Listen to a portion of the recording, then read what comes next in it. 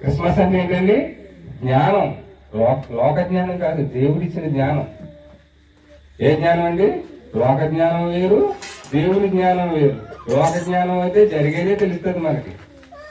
Present జరగబోయేది మనకు తెలియదు.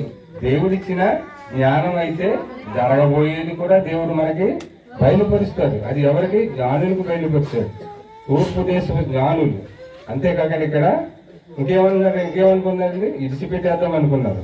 ఇడిచిపెట్టుకున్న భయము భక్తి కలిగి దేవుని మాట విన్నారండి. భయం ఉంటే సరిపోదు, భక్తి ఉంటే సరిపోదు, భయంతో కలిగిన భక్తి ఉండాలి.